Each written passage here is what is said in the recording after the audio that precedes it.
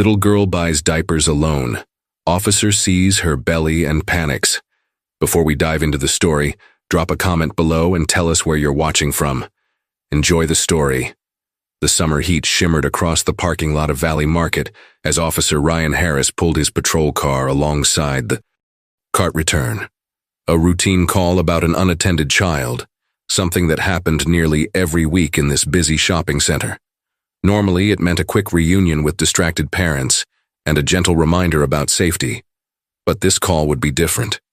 Through the wavering heat, he spotted her, a small figure standing perfectly still amid the chaos of shopping carts and hurried customers.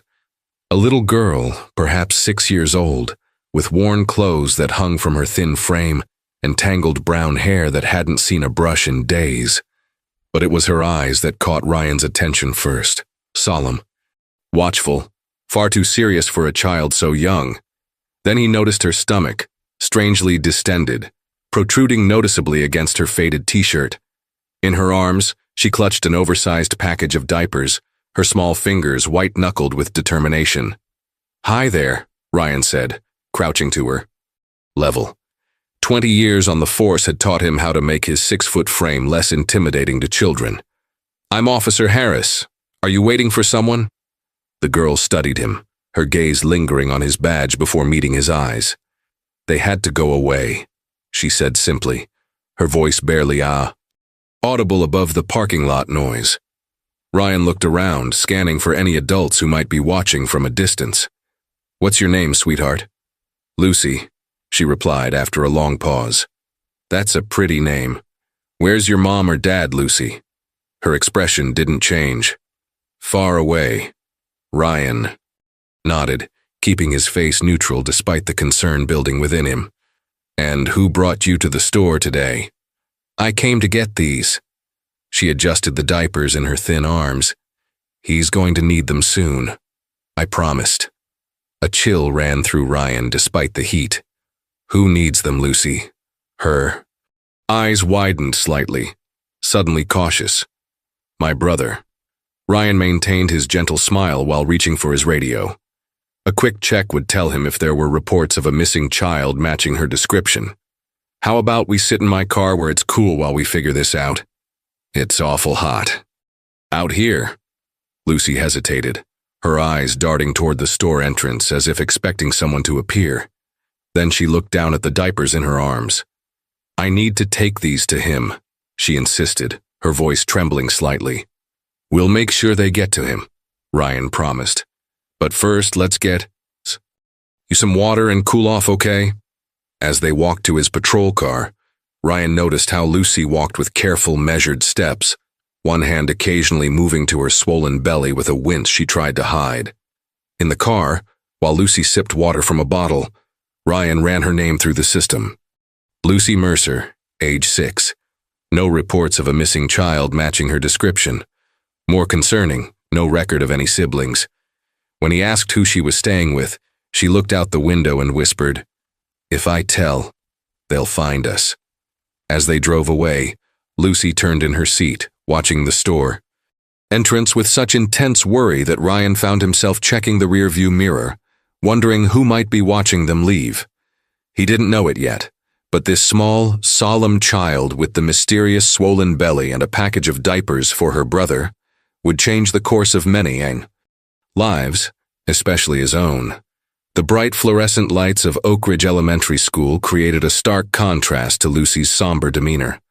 Ryan had brought her here knowing the guidance counselor, Sarah Mitchell, would be preparing for the upcoming school year even during summer break. "You're doing great, Lucy," Ryan assured her as they walked down the empty hallway, their footsteps echoing against the colorful walls decorated with student artwork. He noticed how Lucy's eyes darted to each exit sign, how she measured each step carefully, as if conserving energy. Sarah welcomed them into her office, a warm space with child-sized furniture and shelves of books. "Hello there," she greeted Lucy with a gentle smile. "Would you like to draw while Officer Harris makes some calls?" Lucy accepted the offered crayons and paper without a word, but rather than drawing, she simply held the blue crayon, her eyes fixed on the door. "I've contacted Child Services," Ryan explained quietly to Sarah. Something's not right. She was alone in a parking lot, buying diapers for a brother that doesn't exist in any records. And her condition. He glanced meaningfully at Lucy's distended stomach. Sarah nodded with understanding. I'll stay with her until they arrive. An hour later, Maggie Donovan walked into the office. At 62, she carried herself with the quiet confidence of someone who had seen it all in her decades as a social worker. Silver hair framed a face lined with wrinkles, and behind her glasses were eyes that missed nothing. Lucy studied Maggie intently as the woman settled into a chair beside her. Hello, Lucy. My name is Maggie, she began, her voice warm but not overly sweet, the voice of someone who wouldn't lie just to make a child feel better. I understand you've had quite a morning. Lucy remained silent, but her grip on the crayon loosened slightly. I see you haven't drawn anything yet, Maggie observed. That's okay. Sometimes it's hard to know where to begin. Ryan watched from across the room as Maggie gently established rapport, using techniques honed from years of working with traumatized children. Yet Lucy revealed very little. She would not disclose where she lived, and she flinched when asked about her parents. If I tell, they'll find us, she whispered, her eyes darting to the windows. When Maggie carefully asked about Lucy's swollen abdomen, the girl's response sent chills through the room. Sometimes things move around inside me at night, Lucy said matter-of-factly, as if discussing the weather. Then she added, Grandma says it's because of the special food. Ryan and Maggie exchanged concerned glances. While Lucy used the restroom, accompanied by Sarah, Ryan shared his worries. I've seen a lot in 20 years on the force, but something about this case. He hesitated. I can't explain it, but I feel personally invested already. Maggie nodded. My nursing background before social work tells me that child needs medical attention soon. Her distension could indicate several serious conditions. She glanced toward the door. But rushing her to a hospital might traumatize her further. She's clearly terrified of something. Or someone. Or protecting someone, Ryan added, thinking of the diapers. And the mysterious brother. When Lucy returned, Maggie explained they would find her a safe place to stay while they sorted things out. The girl's only response was to ask, in a voice barely audible, Can I keep the diapers with me? He's going to need them. Who is he, Lucy? Maggie asked gently. Lucy looked up, her eyes suddenly fierce with protection. I promised I would help him. He's just a baby. He can't help himself. As they prepared to leave, Lucy turned to Ryan with unexpected intensity. Will you come check on me later? You have a badge. They're afraid of badges. Who is afraid of badges, Lucy? Ryan asked, kneeling to her level. But Lucy had returned to silence, her small hand unconsciously moving to rest on her swollen belly as she looked out the window at the darkening sky. Twilight had descended by the time Ryan completed the necessary paperwork at the station. His shift had ended 3 hours ago, but he couldn't bring himself to go home. Something about Lucy's situation had hooked itself deep in his conscience. Pulling overtime again, Harris? Captain Reynolds asked, pausing at Ryan's desk. Just wrapping up this case, sir. Ryan gestured to the forms.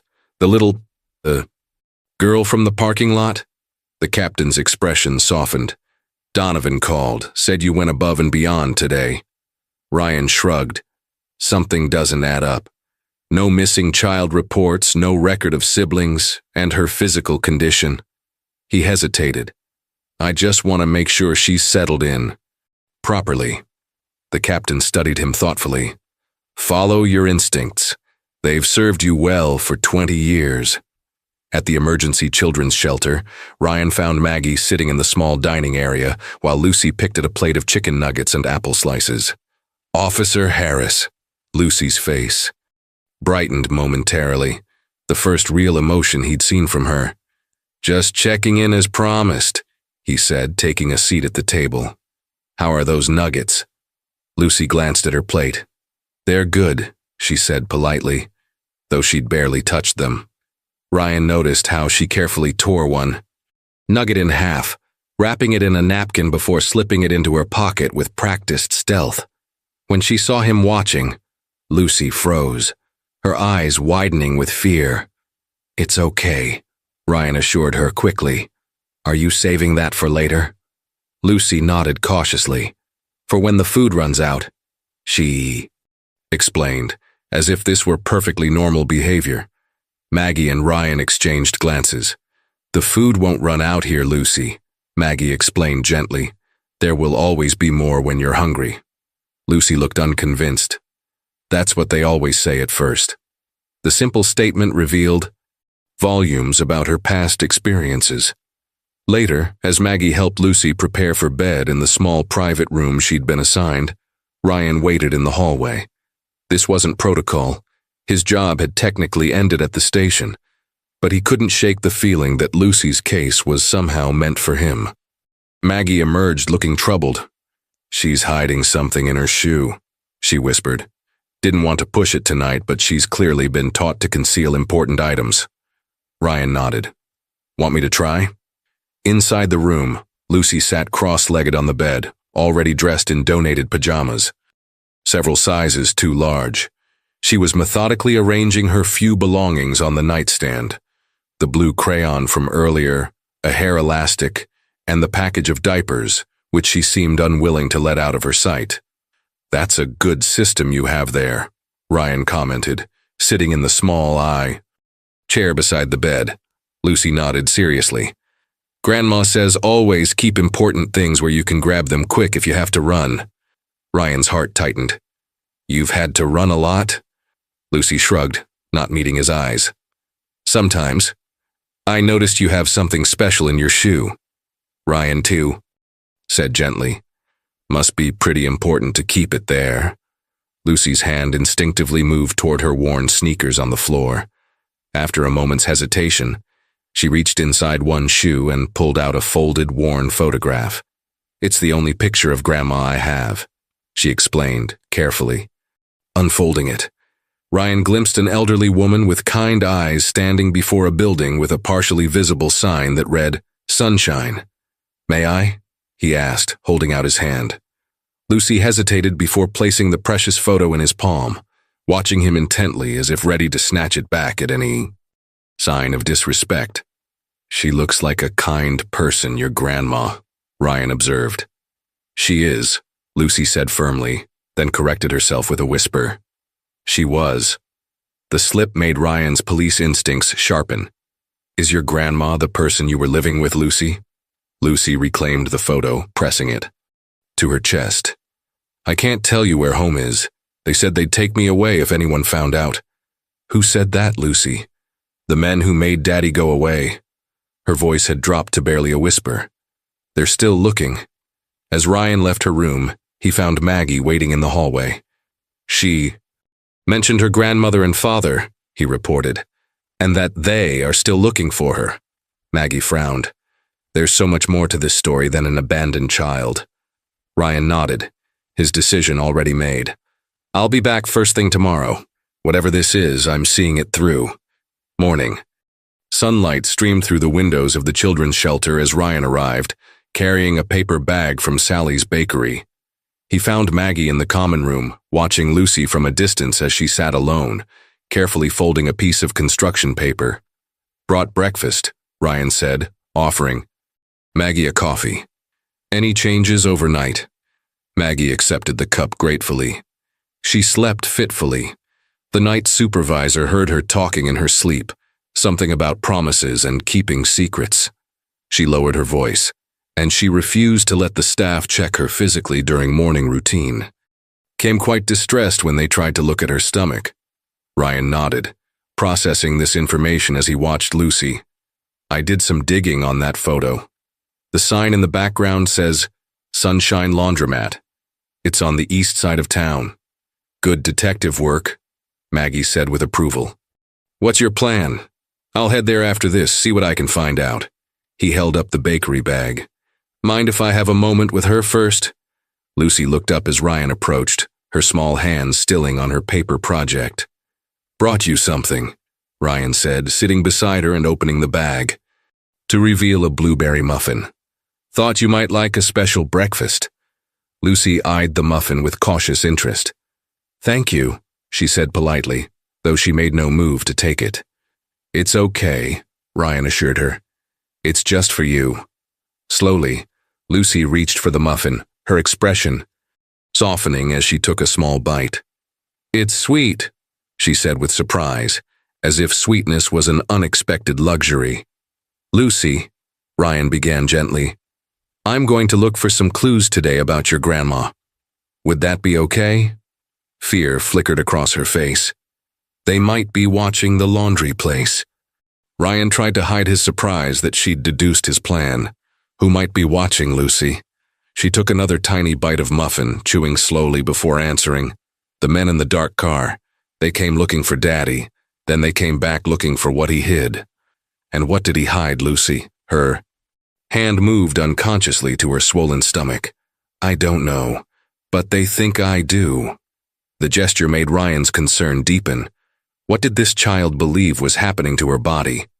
I see you're making something, he said, changing tactics and pointing to her folded paper. Lucy nodded, carefully, unfolding her creation to reveal a surprisingly detailed drawing of a small room. There was a bed, a table, and most interestingly, a figure of an elderly woman holding what appeared to be a baby. Is that your grandma? Ryan asked. Lucy nodded. And that's Noah, she said, pointing to the infant in her drawing. I promised to bring him diapers because his mom had to go away too. Another piece of the puzzle clicked into place. Noah is the baby you were getting diapers for. He needs the special kind with the blue line, Lucy explained earnestly. Grandma showed me how to know when they're wet. Ryan exchanged glances with Maggie, who had approached quietly. Lucy, Maggie asked, where is Noah now? Lucy's face clouded. I don't know. When Grandma got too sick to walk, she told me I had to find help. Her eyes welled with tears for the first time. I'm supposed to take care of him, I promised. An hour later, Ryan pulled into the cracked parking lot of Sunshine Laundromat. The building was weathered, with faded lettering that matched the sign in Lucy's photograph. Inside, the humid air smelled of detergent and fabric softener. A few patrons moved listlessly between machines, while a middle-aged man with thinning hair manned the counter. Help you, officer? The man asked, eyeing Ryan's uniform warily. Ryan produced the photograph. I'm trying to locate this woman and her granddaughter. We believe they may have frequented this establishment. The man barely glanced at the photo. A lot of people come through here. This would be an elderly woman with a young girl, about 6. The child has a medical condition that makes her stomach appear swollen. A flicker of recognition crossed the man's face before he masked it. Don't recall anyone like that. Ryan was about to press further when his phone rang. Maggie. Ryan, you need to get back here. Her voice was tense. Lucy's condition has worsened. She's in considerable pain, clutching her stomach and saying, it's moving more today. She's asking for you specifically. On my way, Ryan said, but as he turned to leave, a maintenance worker mopping nearby caught his eye, giving a subtle headshake. The man followed Ryan outside. Listen, the worker said in a low voice, glancing nervously at the laundromat. There's a back building. Not supposed to talk about it. People come and go there that don't want to be found. He hesitated. If you're looking for that little girl's grandma, that's where I'd start. But be careful. Some folks are real interested in who stays there. As Ryan drove back to the shelter, pieces of the puzzle swirled in his mind. A hidden room, a mysterious baby named Noah, men in dark cars, and at the center of it all, a brave little girl carrying secrets too heavy for her small shoulders. Dusk had settled over the city by the time Ryan obtained the search warrant. The day had been a whirlwind, Lucy's condition deteriorating, rushing her to the children's hospital, and the frantic calls to expedite the warrant process. Now, as he pulled up to Sunshine Laundromat after closing hours, the building stood dark and silent. Detective Martinez waited in an unmarked car nearby. Took some doing to get this warrant on such limited information, she remarked as they approached the building. Your captain must really trust your instincts. Let's hope those instincts are right, Ryan replied, thinking of Lucy's pale face as the medical team had whisked her away for examination. Inside, the laundromat was eerily quiet, the machines still and shadowy. Ryan headed straight for the maintenance area, recalling the worker's tip about a back building. Behind a heavy metal door marked staff only, they discovered a narrow utility hallway. There, Ryan pointed to a section of wall that didn't quite match the rest. Closer inspection revealed a concealed door designed to blend seamlessly when closed. Clever, Martinez murmured, shining her flashlight on the hidden entrance. Someone went to a lot of trouble to keep this place secret. The door opened to reveal a connecting passage that led to a separate structure behind the main building. At the end was another door, this one secured with 3 separate locks.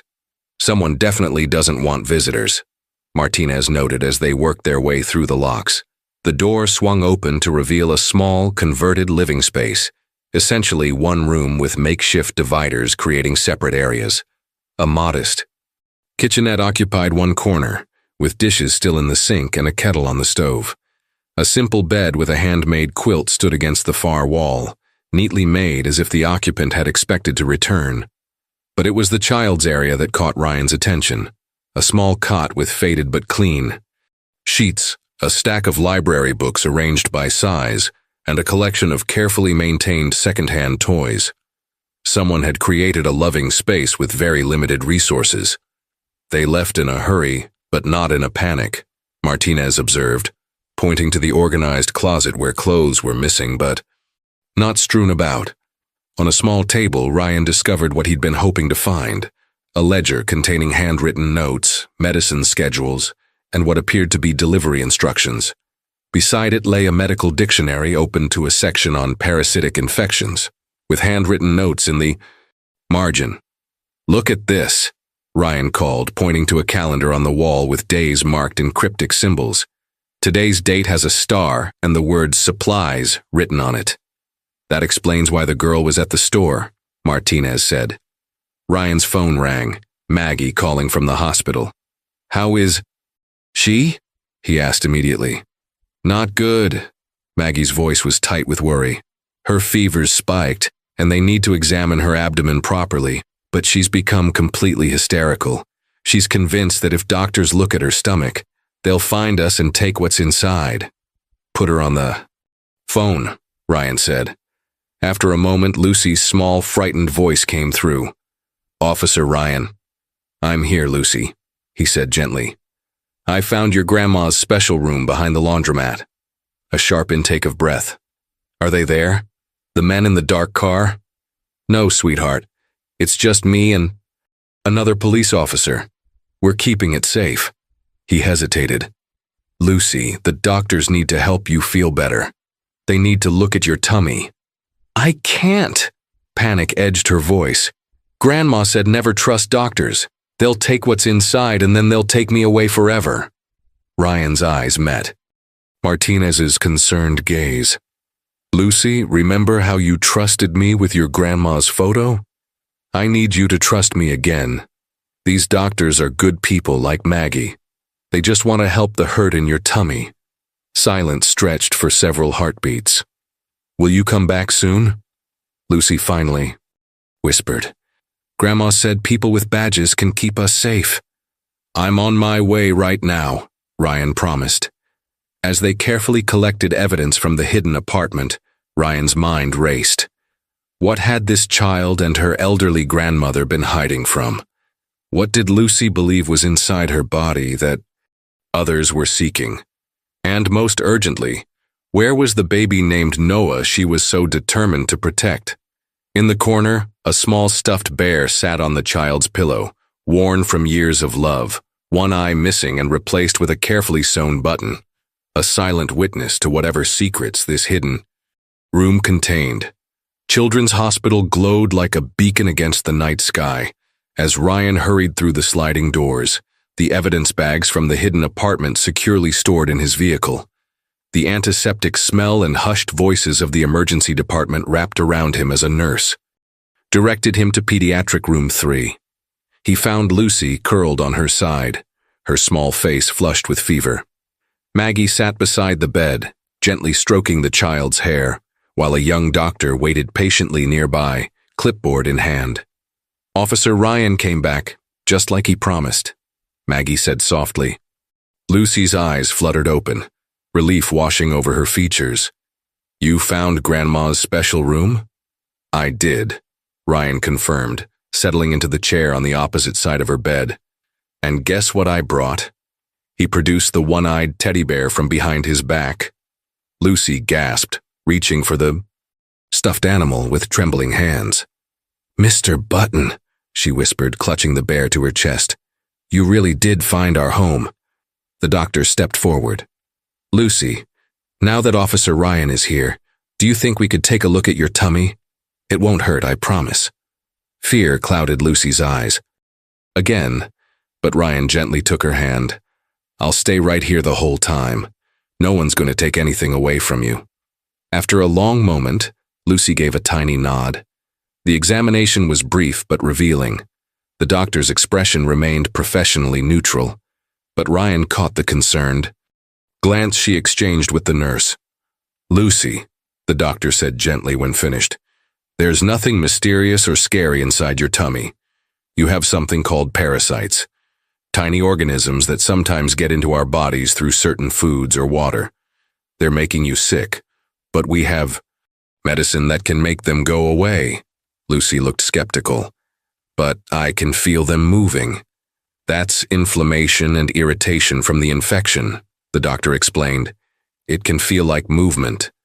The good news is, once we start treatment, that feeling will stop. Will it hurt to make them go away? Lucy asked in a small voice. Just some medicine to swallow, the doctor assured her. We'll need to keep you here overnight for observation and to get your fever down, but you're going to be just fine. After the medical team left to prepare the treatment plan, Lucy seemed to deflate against her pillow, exhaustion evident in every line of her small body. You've been very brave, Maggie told her, adjusting the hospital blanket. Lucy's eyes moved between Ryan and Maggie, as if measuring them against some internal standard. Finally, she spoke. Grandma got sick, she whispered. Really? Sick. She couldn't walk to the store anymore. That's when she told me I had to be brave and get help. Ryan nodded encouragingly. You were incredibly brave, Lucy. We lived in that room for a long time, she continued, her voice strengthening. After Daddy had to go away, Grandma said people were looking for us, so we had to stay hidden. Who was looking for you, Lucy? Ryan asked gently. Men in dark cars. They came to our real house first, asking about things Daddy hid. When we didn't tell them, they got angry. She hugged Mr. Button tighter. That's when Grandma took me away in the night. We never went back. Maggie exchanged a glance with Ryan. And where is your grandmother now, sweetheart? Tears welled in Lucy's eyes. I don't know. She was too sick to move the day she sent me for diapers.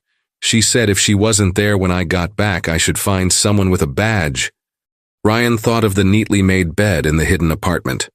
Had Eleanor Mercer known she wouldn't be returning? Lucy, he said carefully, you mentioned Noah needs diapers. Can you tell us more about him? Something shifted in Lucy's expression, a protective fierceness that transformed her features. Noah's mom lived next door to our secret home. She was sick a lot, she cried and shook sometimes. Grandma helped her. And where is Noah's mom now? Maggie asked. She had to go away. She cried when she left, said she'd come back but she didn't. Lucy's voice dropped to a whisper. Grandma taught me how to change Noah's diapers and make his bottles. She said I was a very good helper. A piece of the puzzle clicked into place for Ryan. The delivery instructions in the ledger, the careful notes about medication schedules. Had Eleanor been helping a neighbor struggling with addiction? Lucy, Ryan asked, do you know Noah's last name or his mother's name? Lucy thought for a moment. Ms. Amber. She lived in the building with the green door by the park. Noah has yellow hair and a star mark on his arm. She looked up at Ryan with sudden urgency. You have to find him. I promised Grandma I would make sure he was okay. As Lucy's eyes grew heavy with the medication beginning to take effect, she clutched Ryan's hand. Will you find Grandma too? She must be so worried about me. I'll do my very best, Ryan promised, his heart aching at the trust in her eyes. As Lucy drifted to sleep, still holding Mr. Button, Ryan and Maggie stepped into the hallway. "We need to find this baby," Maggie said with quiet urgency. "And Eleanor Mercer." Ryan nodded, his mind already mapping out the next steps. A building with a green door near a park, and a woman named Amber with an infant son named Noah. The mystery was unfolding, but Ryan couldn't shake the feeling that time was running out for someone in this fragile web of connections. Morning light filtered through the blinds of Lucy's hospital room, casting gentle stripes across her sleeping form. The antibiotics and fever reducers had worked through the night, bringing her temperature down to safer levels. Ryan, who had dozed in the visitor's chair after his early morning investigation, straightened as Maggie entered with 2 coffee cups. "You look like you need this more than I do," she said, handing him a steaming cup. "Any luck identifying our mystery grandmother?" Ryan nodded, keeping his voice low to avoid waking Lucy. "Eleanor Mercer, age 68. Former elementary school teacher, retired 5 years ago, no criminal record." He sipped the coffee gratefully. "But her son, Michael Mercer, is a different story. He was under investigation for involvement in prescription medication distribution when he disappeared 18 months ago. Around the same time Eleanor and Lucy vanished from the system," Maggie noted. "Exactly. Records show Eleanor gained legal custody of Lucy 3 years ago after her mother's death from heart complications. They had a normal life.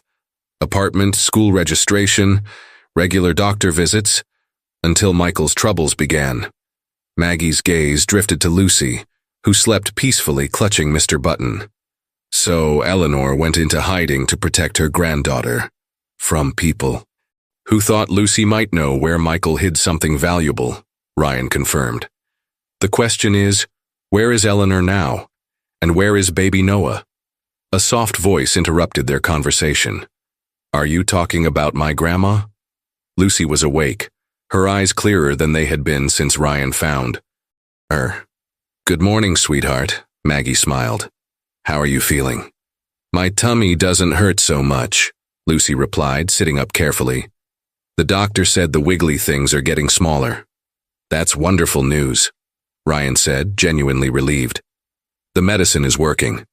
Lucy studied them, both with that unnervingly adult gaze. "Did you find Noah yet, or Grandma?"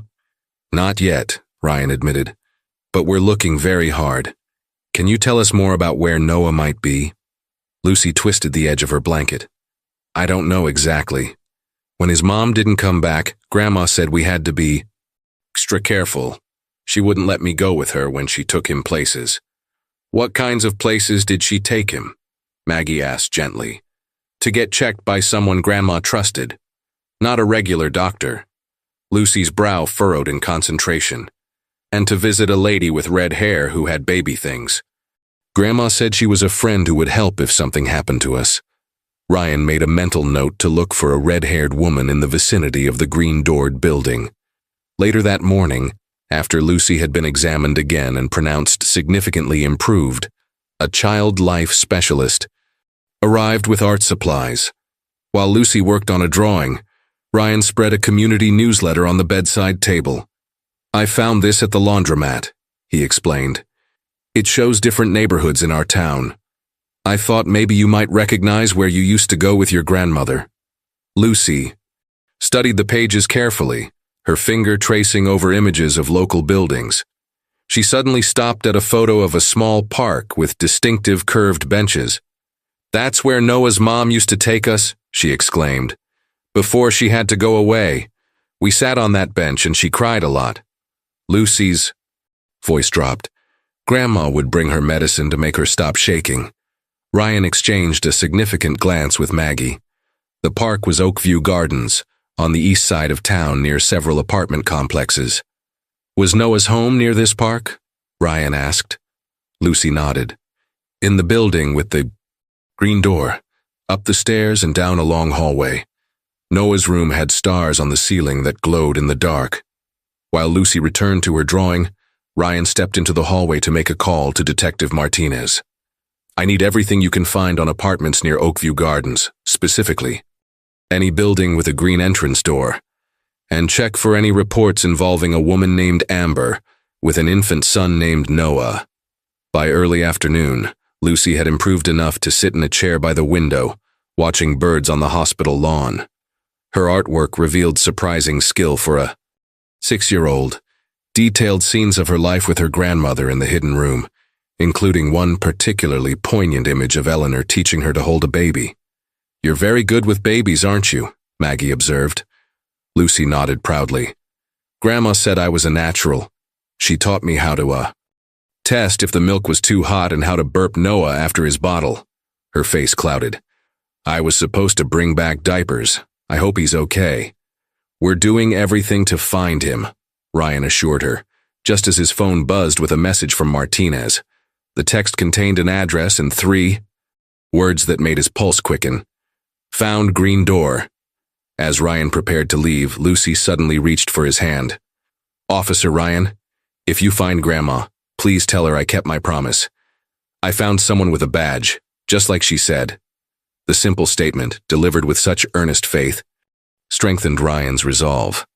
This child had shouldered responsibilities far beyond her years, keeping promises that would challenge most adults. "I will, Lucy," he promised. "And I always keep my promises too." As he headed toward his car, Ryan couldn't shake the image of Lucy's newest drawing, a carefully rendered picture of himself, Maggie, and Lucy holding hands with the words, "My new friends," written in careful, childish letters across the top. The building with the green door stood 5 stories tall, its faded brick facade suggesting better days long past. A weathered sign identified it as Parkview Apartments, though its view of Oakview Gardens Park was partially obscured by overgrown trees. Detective Martinez waited in the lobby, clipboard in hand. "Apartment 3B was rented to an Amber Collins until 4 months ago," she reported. 26 years old, single mother, paid 3 months' rent in advance, then vanished. Landlord has been trying to contact her but assumed she skipped town. "Any reports of an abandoned baby?" Ryan asked, a knot of concern tightening in his chest. "That's the strange part," Martinez replied. "No missing child reports, no welfare checks. Regarding an infant, it's like both mother and baby disappeared without raising any alarms." They climbed to the 3rd floor where the building manager unlocked 3B with a jangling key ring. "Been meaning to clear this place out," he grumbled. "Just haven't had the time." The apartment was small, but tidy with minimal furnishings. Signs of hasty departure were evident. Drawers left partially open, hangers empty in the closet. In what had clearly been a nursery, glow-in-the-dark stars still clung to the ceiling, just as Lucy had described. "She was telling the truth," Ryan murmured, examining a framed photo of a young woman with a newborn. The infant had wisps of blonde hair, matching Lucy's description of Noah. The manager hovered in the doorway. Nice young lady, kept to herself. Had some troubles, you could tell. But she doted on that baby. "Did you ever see an elderly woman visiting?" "For a little girl?" Ryan asked. The manager scratched his chin thoughtfully. "Now that you mention it, there was an older woman who checked on her sometimes, brought groceries, very dignified lady like a former teacher or something." "Eleanor Mercer," Ryan confirmed. "There was a little girl once, or twice, too. Solemn little thing. I figured it was family helping out." He hesitated. "Ms. Collins had difficulties. Some days better than others. I looked the other way when rent was late. She was trying, you know?" As they continued searching the apartment, Ryan found a small notebook tucked inside a kitchen drawer. The pages contained handwritten entries. "Eleanor brought formula today. Says Noah is gaining weight nicely. Tremors getting worse. Eleanor offered to watch N while I look into treatment options. Left N with E overnight. Longest we've been apart. Promised to call. Tomorrow." The final entry sent a chill through Ryan. "No choice but to go. 30 days to get clean. E will keep N safe until I return. Address for Hope Center on back page." Martinez peered over his shoulder. Hope Center is a rehabilitation facility in the next state. Strict no communication policy. For the first 2 weeks. Which means if something happened to Eleanor after Amber left, Ryan let the implication hang in the air. Back at the hospital, Ryan found Maggie and Lucy playing a board game in the pediatric day room. Lucy's improvement was remarkable. Her color had returned, and though her stomach remained somewhat distended, the doctor had confirmed the parasitic infection was responding well to treatment. "Officer Ryan," Lucy's face brightened. "Did you find Noah?" Ryan sat beside them, choosing his words carefully. "Not yet, but we found his home. Just where you said it would. Be with stars on the ceiling." Lucy nodded, unsurprised by his confirmation. "Lucy," Ryan continued gently, "we found a notebook that belonged to Noah's mom, Amber. She wrote that she had to go away for treatment, to help her get better, and that she left Noah with your grandmother." Lucy's expression grew serious. "Grandma said Ms. Amber was very sick, but not the kind of sick doctors can see right away. She said it was sick in her heart and her mind, and she needed special help." Ryan exchanged glances with Maggie, impressed by Eleanor's honest yet age-appropriate explanation of addiction to her granddaughter. "The notebook said Amber planned to come back after 30 days, Ryan explained. "But that was 4 months ago. Did something happen that prevented your grandmother from continuing to care for Noah?" Lucy's small fingers traced patterns on the game board. "Grandma got sick too. Different sick. She started forgetting things and sleeping all day." Lucy's voice dropped to a whisper. "One morning she couldn't stand up. Her legs wouldn't work right. That's when she told me I had to be brave and find help for Noah. And that's when you went to get diapers," Maggie supplied gently. Lucy nodded, tears welling in her eyes. "Grandma said if she wasn't there when I got back, I should find someone with a badge who could help both of us." She looked up at Ryan with sudden intensity. "That's why I knew I could trust you when I saw your badge in the parking lot." Ryan felt a surge of emotion at the child's simple faith in him. A badge representing safety in her uncertain world. "Lucy," Maggie asked carefully, "do you know where your grandmother might have taken Noah when she realized she was too sick to care for him?" Lucy thought hard, her brow furrowing with concentration. "There was a lady with red hair. She lived in a yellow house with flowers all around the door. Grandma said she was a safe person who helped babies find their way home." Another piece of the puzzle clicked into place. Ryan had seen a list of local foster care providers in Eleanor's ledger. Perhaps the red-haired woman was a foster parent who had taken in Noah while Eleanor sought medical attention. "Lucy," Ryan said, "you've been incredibly helpful. I promise we're going to find Noah and your grandmother."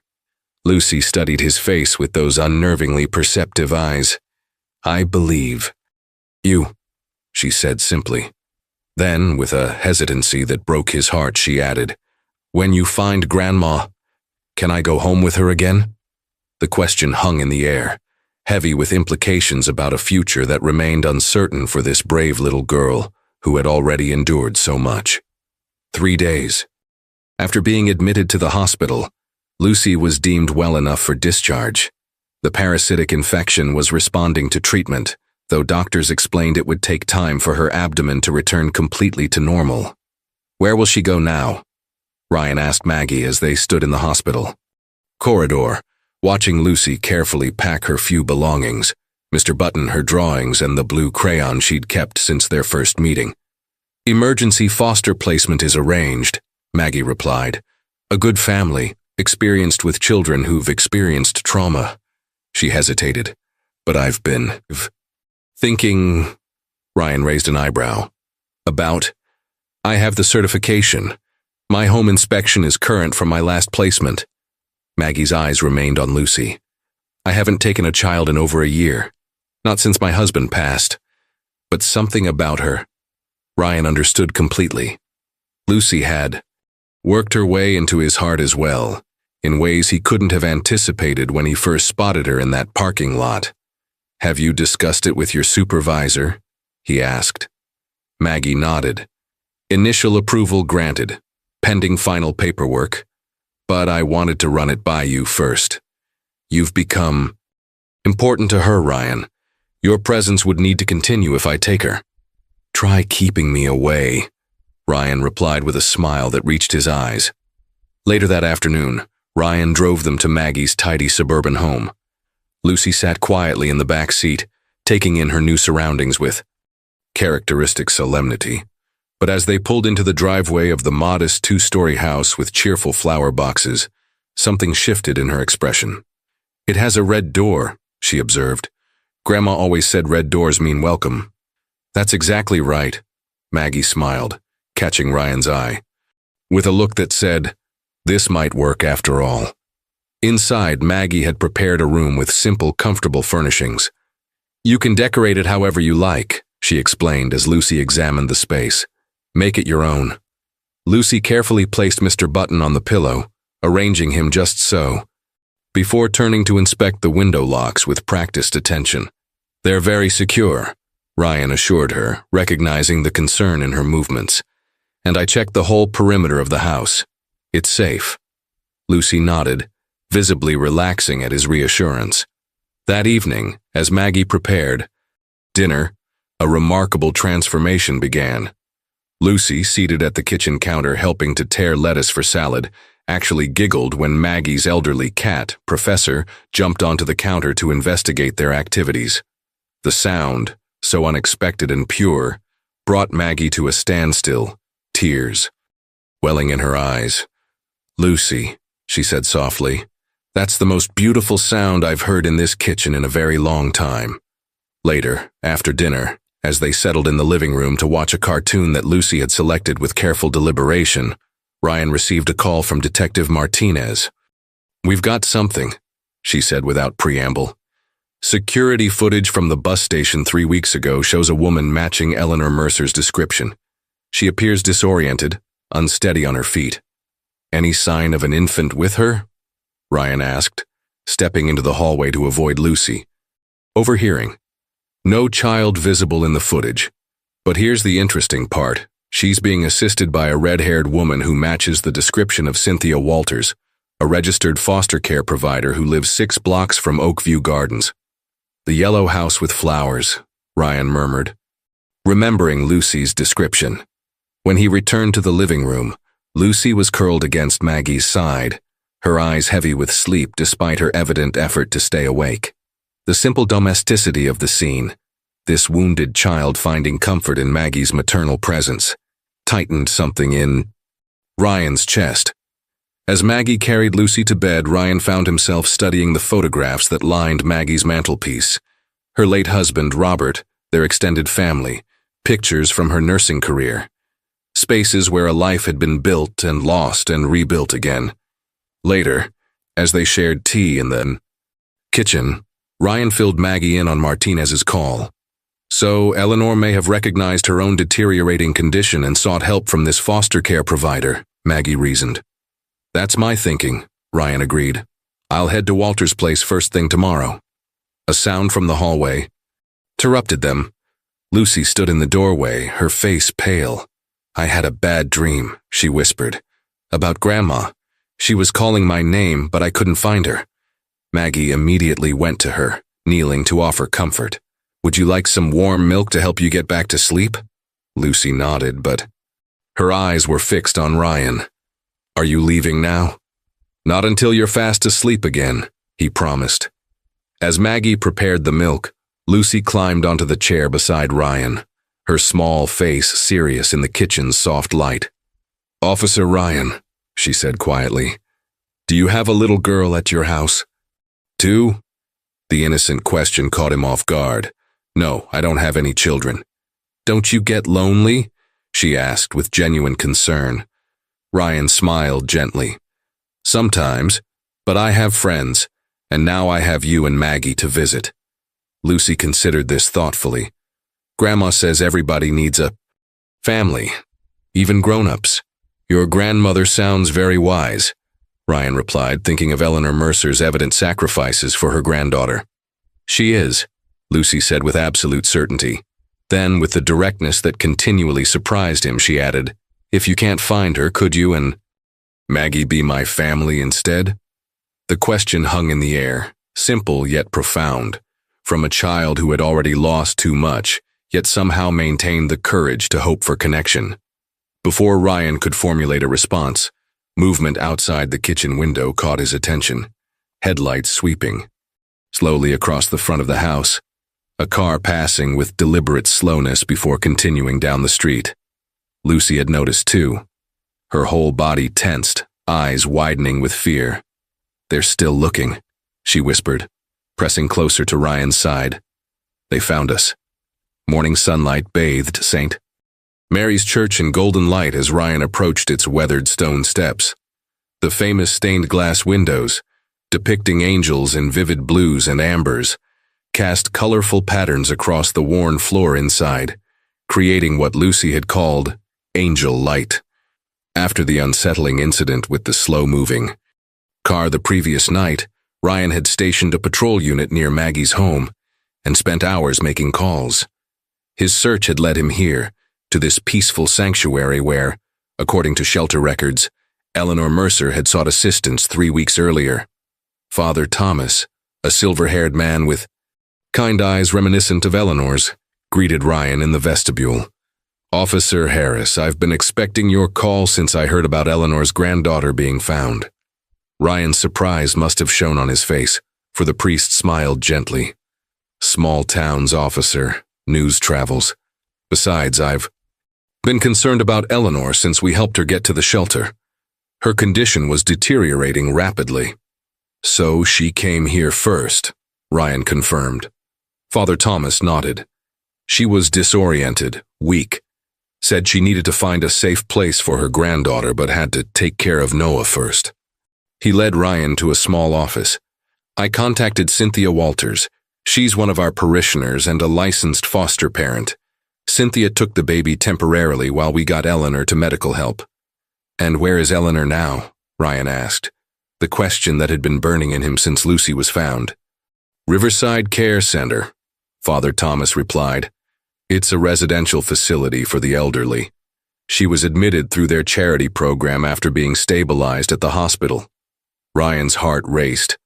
Lucy's grandmother was alive.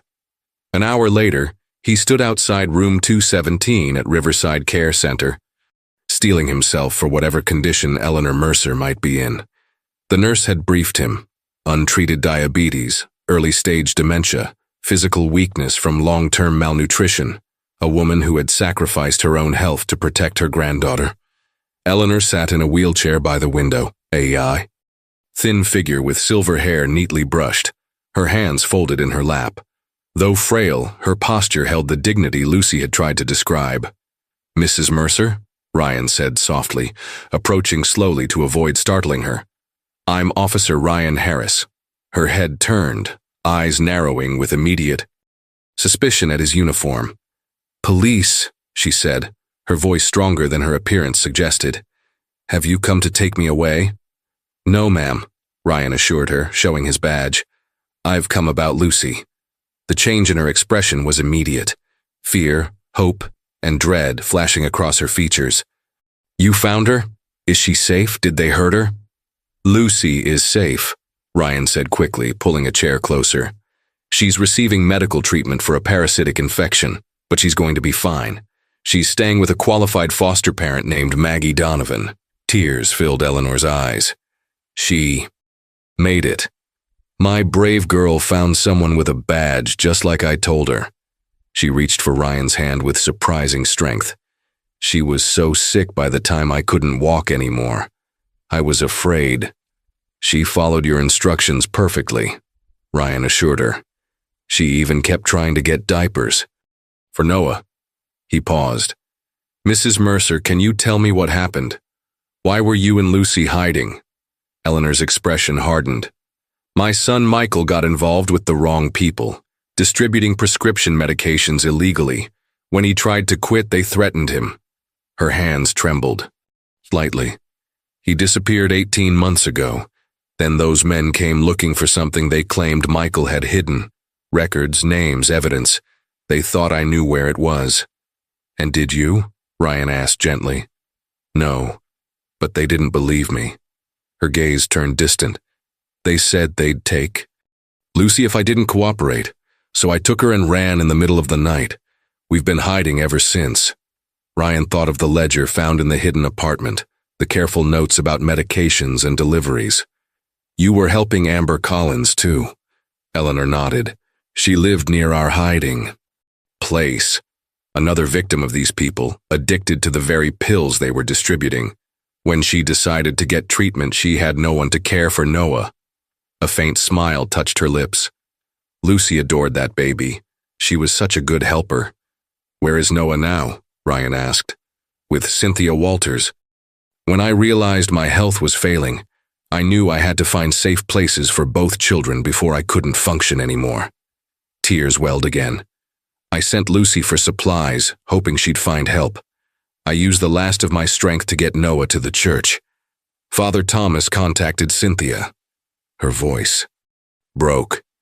I never made it back to Lucy. I collapsed at the bus station. Ryan filled in the remaining details of Lucy's journey, how she'd been found, her insistence on helping her brother, the mysterious condition of her stomach that had turned out to be severe parasites.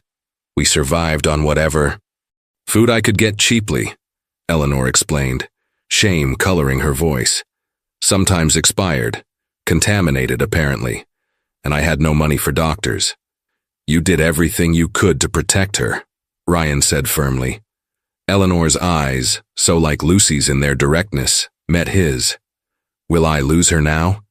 After everything? That's not my decision to make, Ryan replied honestly. But I can arrange for you to see her. Would you like that? More than anything in this world, Eleanor whispered. Later that afternoon, Ryan watched through the window of Eleanor's room as Lucy entered, Maggie waiting, respectfully by the door. The child stopped, frozen for a moment, then launched herself forward with a cry that held both joy and relief. Grandma! As grandmother and granddaughter embraced, Ryan saw Lucy's small hand reach up to touch Eleanor's silver hair, as if confirming she was real. And in that moment of reunion, despite all the uncertainties that still lay ahead, he witnessed healing begin for both of them, a fragile trust in the future rekindling after months of fear and hiding. Outside in the hallway, Maggie wiped tears from her eyes. Family found, she whispered. Whatever happens. Next, this moment matters. Ryan nodded, thinking of Lucy's question from the night before. Could you and Maggie be my family instead? The answer, he realized, was no longer either or. Family could expand, connections could multiply. Whatever the future held, this brave little girl would never again have to face it alone. The reunion between Lucy and her grandmother marked a turning point, but it was only the beginning of a complex journey. As Ryan gathered evidence against the pharmaceutical distribution network that had sent the Mercer family into hiding, strange incidents continued to occur. An anonymous call to the foster care office inquiring about Lucy, a dark sedan spotted near the hospital during one of her follow-up appointments. We're increasing security, Ryan explained to Maggie as they sat on her porch one evening, watching Lucy tend to the flower boxes she had eagerly adopted as her responsibility. Martinez thinks Michael Mercer's former associates still believe Lucy or Eleanor knows something valuable. Do they? Maggie asked quietly. Ryan shook his head. Not consciously. But Eleanor kept detailed records of everything. Names, dates, delivery locations. Information that could dismantle their entire operation. Inside the house, Lucy hummed softly to herself as she arranged her drawings on the refrigerator, a sound that would have been unimaginable when Ryan first found her in that parking lot, solemn and silent with her package of diapers. I've started the foster care application process, Maggie said, changing the subject. There's been some concern about my age and widow status. Ryan frowned. That's ridiculous. You're the best thing that's happened to that child. I was a pediatric nurse for 30 years, Maggie replied with quiet determination. I understand her medical needs better than most 20-year-olds would. She sipped her tea thoughtfully. Besides, we've connected. You can see it happening, her walls coming down, piece by piece. It was true. Lucy's health continued improving with proper nutrition and medication. The swelling in her abdomen had noticeably decreased, and her energy levels were rising daily. Most remarkable was her emotional transformation, moments of genuine childlike joy breaking through her serious demeanor more frequently. The following day, Ryan accompanied Lucy and Maggie to visit Eleanor at Riverside Care Center. Despite her medical challenges, Eleanor's mind was clear today, her eyes bright, as Lucy proudly showed her the latest drawings and reported on Professor the Cat's antics. During a moment when Lucy was distracted by a therapy dog visiting another resident, Eleanor grasped Ryan's hand. "Officer Harris," she said quietly, "I need to tell you something important about Michael's records." Ryan leaned closer. "What about them, Mrs. Mercer?" "I hid them," she confessed. "Not because I was protecting Michael, but because I thought they might keep Lucy safe. Insurance, if those men ever found us." Her voice dropped further. "There's a loose floorboard under the bed in our hiding place. Everything is there. Names, locations, amounts. Enough to stop them for good." Ryan squeezed her hand gently. "I'll find it. I promise." Eleanor's eyes filled with tears. "Thank you for finding her, for keeping your promise to protect her." Across the room, Lucy laughed, a clear, uninhibited sound, as the therapy dog performed a trick. Eleanor and Ryan both turned to watch, witnessing a moment of pure childhood joy that had been denied to Lucy for too long. "She's healing," Eleanor whispered, her voice thick with emotion. "On the inside where it matters most." Ryan nodded, thinking of all the invisible threads connecting these lives that had become so unexpectedly intertwined with his own. A brave little girl, her sacrificing grandmother, a compassionate foster parent, and, somewhere, a baby boy who still needed to be officially found and protected. "We all are," he replied softly. The evidence hidden beneath the floorboard proved more valuable than anyone could have anticipated. Within days of Ryan's discovery, federal agents joined the investigation and coordinated. Raids disrupted the distribution network that had terrorized the Mercer family. 6 arrests so far, Detective Martinez reported, spreading photographs across Ryan's desk. 2 more pending. Eleanor's meticulous record-keeping was the key. Dates, amounts, license plate numbers. She documented everything. Ryan nodded, unsurprised by Eleanor's thoroughness. That same careful attention to detail had kept Lucy alive and relatively healthy during their months in hiding. "What about immunity for Eleanor?" he asked. "She was never involved in the distribution, only documented it after they threatened Lucy." "Already arranged," Martinez confirmed. "Her testimony will be crucial, but she won't face charges. The DA recognizes she was protecting her granddaughter." Later that afternoon, Ryan visited Lucy at Maggie's home. The transformation in the child continued to amaze him. Her cheeks fuller, her movements more energetic, and most notably, her abdomen returning to normal size as the parasitic infection retreated. He found her in the backyard, helping Maggie plant tulip bulbs for spring, her small hands carefully patting soil around each one. "Officer Ryan," Lucy called, waving. Dirt-covered fingers with a freedom that warmed his heart. Gone was the wary, watchful child who measured every movement and word. "I brought something for you," Ryan said, presenting a small package. Lucy wiped her hands on her jeans before accepting it. Inside was a new eye for Mr. Button, expertly matched to his remaining one. "Now he can see properly again," Ryan explained as Lucy's face lit with delight. "Can you fix him?" she asked, already running inside to retrieve her beloved teddy bear. While Maggie prepared lemonade, Ryan carefully sewed the new button eye onto the worn teddy bear, conscious of Lucy's solemn supervision of this delicate operation. "There," he said, holding up the restored Mr. Button. "Good as new." Lucy examined his handiwork with careful scrutiny before nodding approval. Then unexpectedly she disappeared into her room, returning with something clutched in her hand. "I made this for you," she said shyly, presenting a homemade card decorated with a childish but recognizable drawing of a police officer holding a little girl's hand. Inside, in careful block letters, she had written, "My Police Dad." The simple inscription caught Ryan, completely off guard, touching something deep within him. He looked up to find Maggie watching from the doorway, her eyes suspiciously bright. "Thank you, Lucy," he managed, his voice rougher than usual. "This is the best gift I've ever received."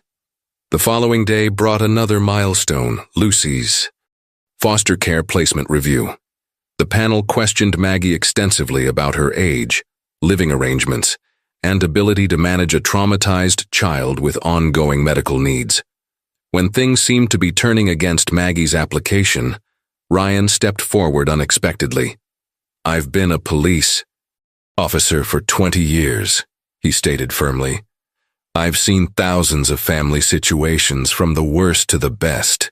What Lucy and Maggie have built together in just a few weeks is extraordinary." He described Lucy's transformation, the trust being established, the healing underway. "This child has found her home," he concluded. "I respectfully ask this panel to recognize what's already working." After deliberation, the panel approved Lucy's temporary placement with Maggie, with a review scheduled in 6 months for potential permanent arrangement. As they left the hearing, Lucy walking between them holding both their hands, Maggie leaned toward Ryan. "That was quite a testimony, Officer Harris," she said softly. Ryan smiled, watching Lucy skip ahead to examine a butterfly on a nearby bush. "Just telling the truth as I see it. And as for being her police dad?" Maggie's eyes twinkled. "Are you prepared for that responsibility?" Ryan thought of the card, now carefully positioned on his desk beside his badge. "I think I've been preparing for it since I found her in that parking lot," he admitted. "Some connections can't be explained, only honored." Ahead of them, Lucy turned, her face alight with simple joy as she called, "Hurry up! The butterfly is waiting to show you something beautiful." And in that ordinary moment, Ryan recognized an extraordinary truth.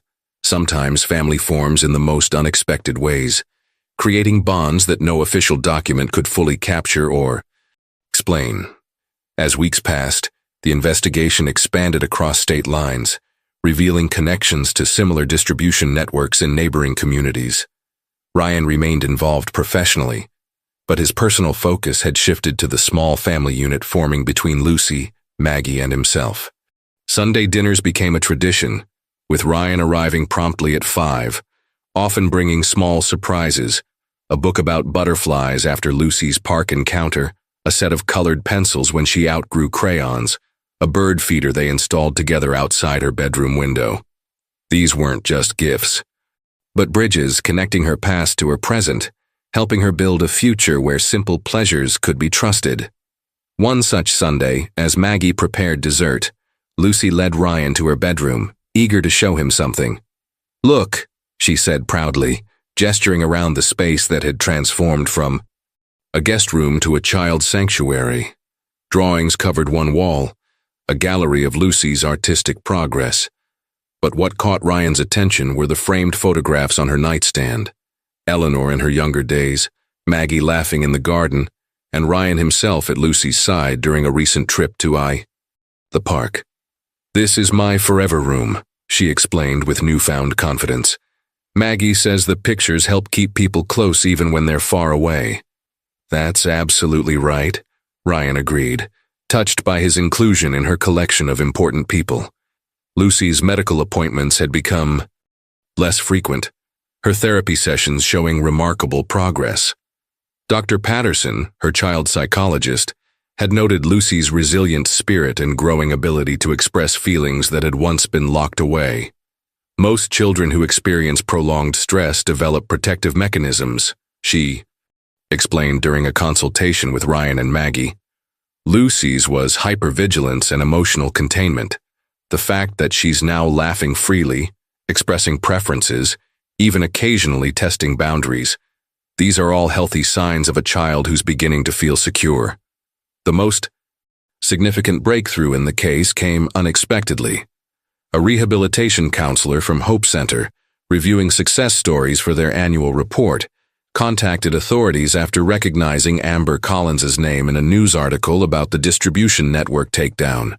She completed our 30-day program 4 months ago, the counselor reported. But she had no home to return to, no way to contact her former neighbor who was caring for her son. She's been in our extended recovery housing, working at a local cafe, saving money to start over. Ryan and Martinez conducted the interview at a small coffee shop near the recovery center. Amber Collins was a petite woman with tired eyes but a determined expression. Her hands shook slightly as she clutched her cup, but her voice was steady. Eleanor Mercer was the only person who treated me like a human being, not just an addict, she explained through tears. When I decided to get help, I had nowhere for Noah to go, no family, no friends I could trust. She wiped her eyes. Eleanor offered to care for him while I completed treatment, said her granddaughter was a natural with babies. And you never returned for him, Martinez noted, her tone neutral but pointed. Amber flinched. I tried. When I finished the program, I called the number Eleanor had given me, but it was disconnected. I went to their hiding place, but they were gone. Her voice broke. I've been working double shifts, saving every penny, trying to find them, and prove I'm worthy of getting my son back. The pieces clicked into place. A mother desperately seeking treatment, a grandmother suddenly too ill to continue caregiving, and a child taking on responsibilities far beyond her years. Noah is safe, Ryan assured her. He's with a licensed foster parent named Cynthia Walters. The relief that washed over Amber's face was palpable. Can I see him?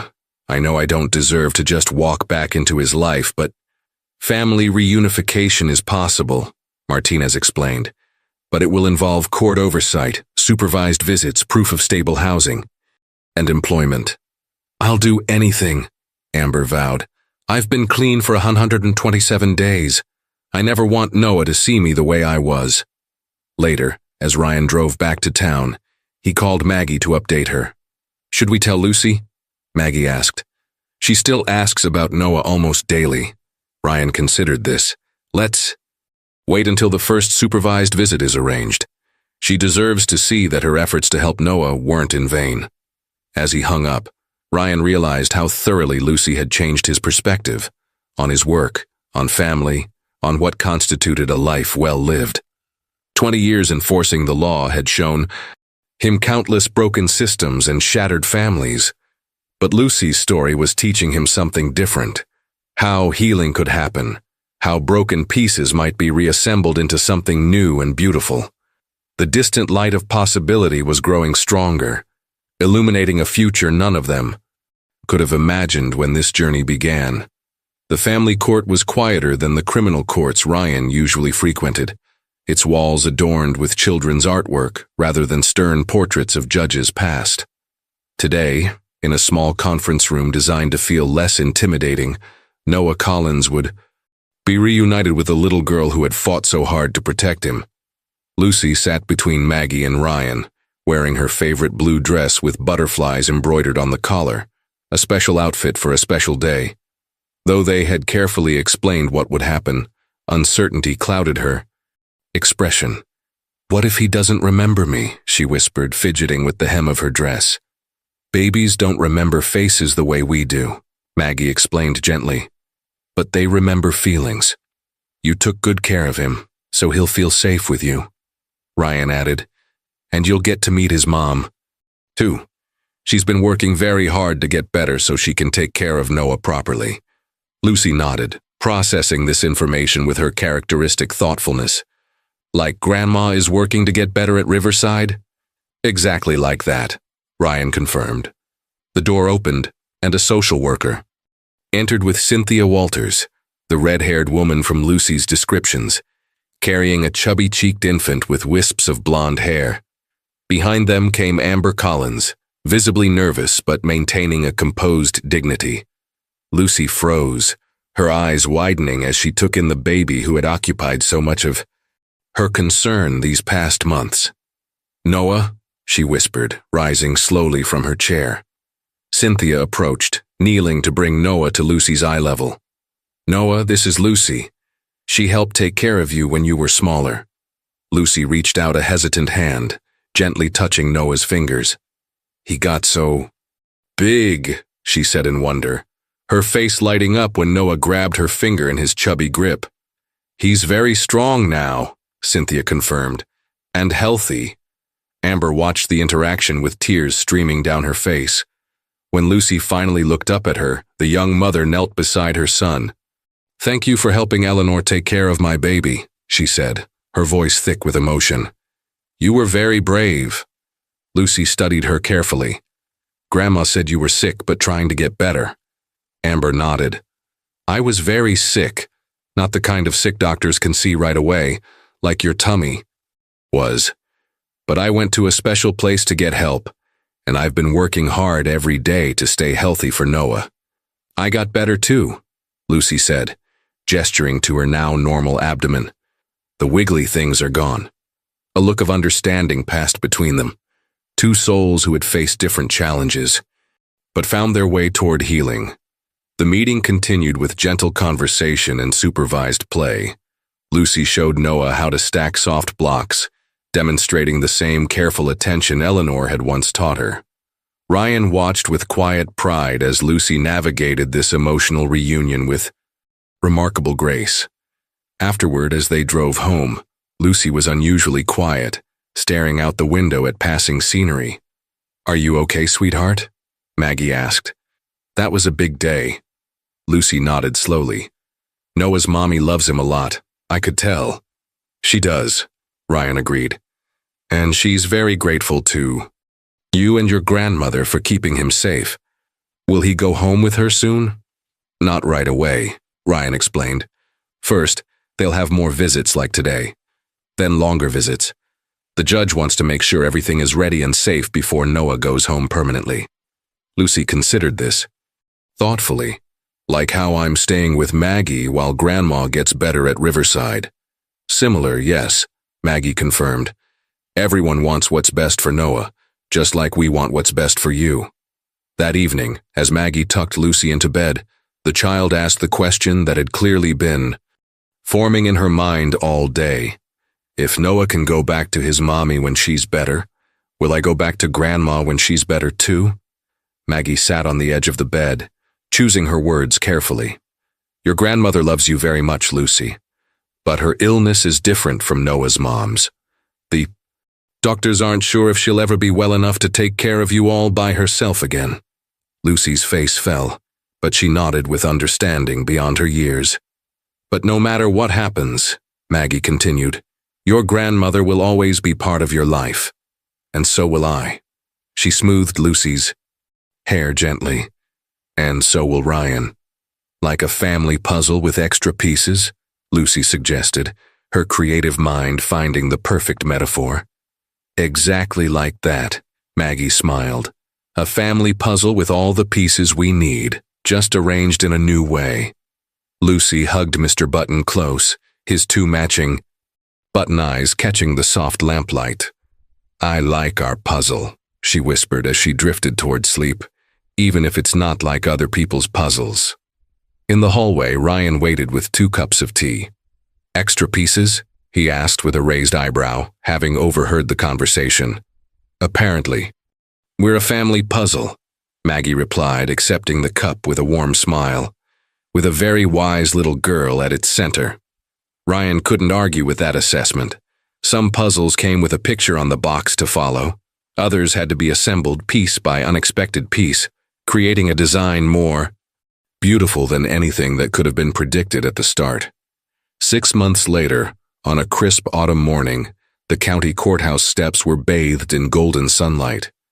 Lucy stood between Maggie and Ryan, wearing a new yellow dress and a smile that reached all the way to her eyes. Her transformation was complete, not just physically with her now healthy body and boundless energy, but in the confidence that radiated from her every movement. "Are you nervous?" Ryan asked, straightening his rarely worn tie. Lucy shook her head. "Judge Williams is nice.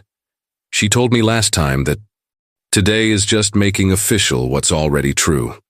Maggie chuckled. Out of the mouths of babes. Inside courtroom C, the adoption proceedings were brief but meaningful. Judge Williams, a grandmotherly woman with kind eyes and a firm voice, reviewed the documentation before addressing Lucy. Directly. "Young lady, I understand you have quite a few people here supporting you today." Lucy nodded solemnly. "My family puzzle," she explained, causing ripples of affectionate laughter throughout the courtroom. Seated in the front row was Eleanor Mercer in her wheelchair, frail but clear-minded. Today, her silver hair arranged neatly for the occasion. Though unable to care for Lucy independently due to her ongoing health challenges, Eleanor had become a regular presence in her granddaughter's life through weekly visits at Riverside and special outings when her strength permitted.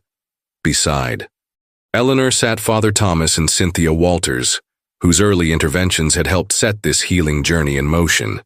Detective Martinez had come too, along with several officers from Ryan's precinct who had been touched by Lucy's story.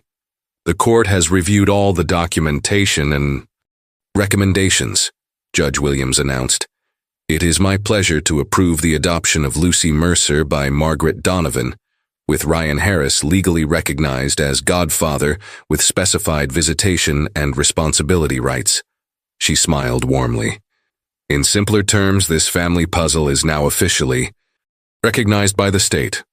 The bang of the gavel was met with applause, and Lucy launched herself into Maggie's arms with a joyful squeal that would have been unimaginable on that first solemn day in the parking lot. As friends gathered to congratulate them, the courtroom doors opened to reveal a special surprise Ryan and Maggie had arranged. Amber Collins entered, holding Noah's hand as he toddled carefully beside her. After months of supervised visits, parenting classes, and continued sobriety, Amber had regained full custody of her son just 2 weeks earlier. Lucy's eyes widened with delight as she rushed to greet them. "Noah, you're walking now." The toddler grinned, showcasing his new teeth before lifting his arms to be picked up by his old friend. "Congratulations, Lucy," Amber said warmly. "We wouldn't have missed your special day."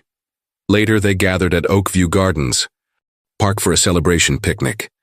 The same park where Noah's mother had once sat crying, where Eleanor had delivered medications to a struggling young woman, now transformed into a place of joy and new beginnings.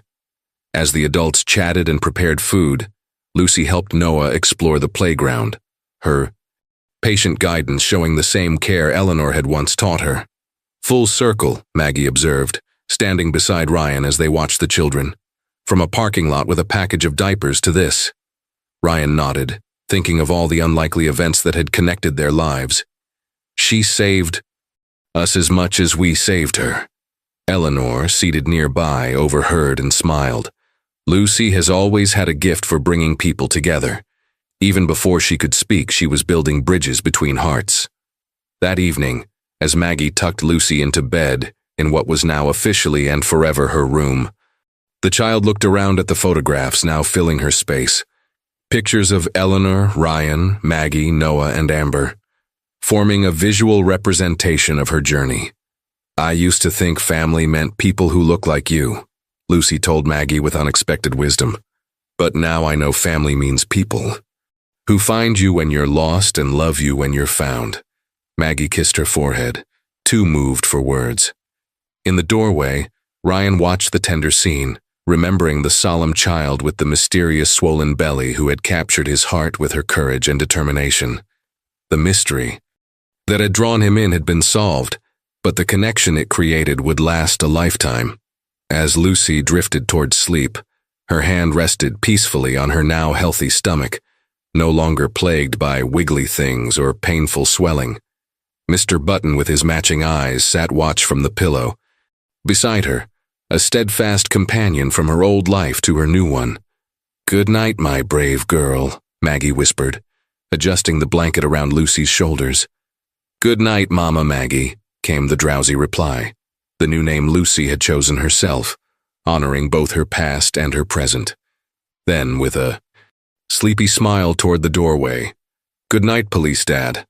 Ryan's heart swelled as it did each time she used the term. "Good night, Lucy. Sweet dreams." And for the first time in her young life, Lucy Mercer Donovan could count on exactly that.